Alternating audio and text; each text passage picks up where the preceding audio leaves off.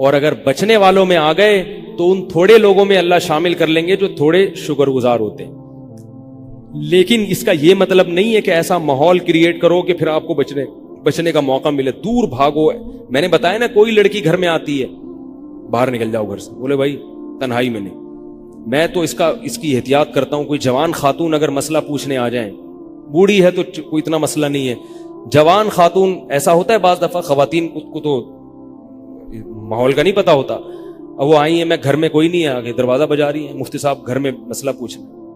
گھر میں نہیں بیٹھوں گا, سڑک پہ کھڑے کھڑے پوچھو, ٹھیک ہے نا, بے احترامی ہے.